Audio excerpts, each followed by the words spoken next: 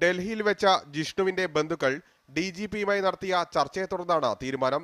ഒളിവിൽ പോയ പ്രതികളെ ഒരാഴ്ചയ്ക്കുള്ളിൽ അറസ്റ്റ് ചെയ്യുമെന്ന് DGP ഉറപ്പു നൽകിയതായി ബന്ധുക്കൾ അറിയിച്ചു. ഇവർ തമിഴ്നാട്ടിലുള്ളതായാണ് സൂചന. ഇവരുടെ സ്വത്തുക്കൾ കണ്ടുകെട്ടാൻ പോലീസ് നടപടി സ്വീകരിക്കുമെന്നും DGP ഉറപ്പു നൽകി. ഇതോടെയാണ് അനിശ്ചിതകാല നിരാഹാര സമരത്തിൽ നിന്നും പിൻവാങ്ങാൻ ബന്ധുക്കൾ തീരുമാനിച്ചത്. പ്രതികളെ അറസ്റ്റ് ചെയ്യാൻ ഒരാഴ്ചയും കൂടി DGP ആവശ്യപ്പെട്ടിട്ടുള്ളത്. അതുകൊണ്ടാണ് തൽക്കാലം സമരത്തിൽ നിന്ന് പിന്മാറുന്നത്.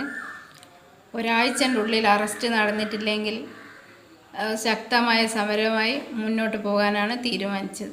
P. കൃഷ്ണദാസിന്റെ ജാമ്യം റദ്ദാക്കണമെന്ന ആവശ്യം സുപ്രീം കോടതി പരിഗണിക്കാനിരിക്കെ അന്വേഷണ ഉദ്യോഗസ്ഥ കിരൺ നാരായൺ ഡൽഹിയിലെത്തി. അറ്റോർണി ജനറൽ അടക്കമുള്ളവരുമായി അന്വേഷണ സംഘം ചർച്ച നടത്തും.